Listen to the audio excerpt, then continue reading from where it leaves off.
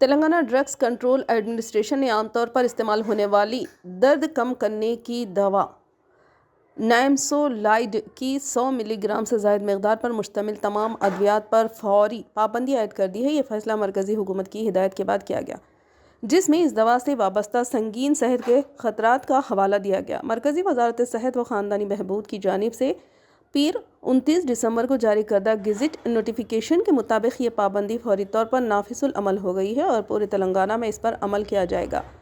TDCA نے ایک press release میں بتایا، نائمسولائڈ ایک نان اسٹیرائڈ اینٹی انفلامٹری دوا ہے جو عام طور پر درد اور بخار کم کرنے کے لیے تجویز کی جاتی ہے۔ یہ دوا 1995 میں بھارتی مارکیٹ میں متعارف کرائی گئی تھی اور سر درد، کمر درد، ماہواری کے دوران درد، پٹھوں کے درد، جوڑوں کے درد اور آپریشن کے بعد ہونے والے درد میں استعمال کی جاتی رہی ہے۔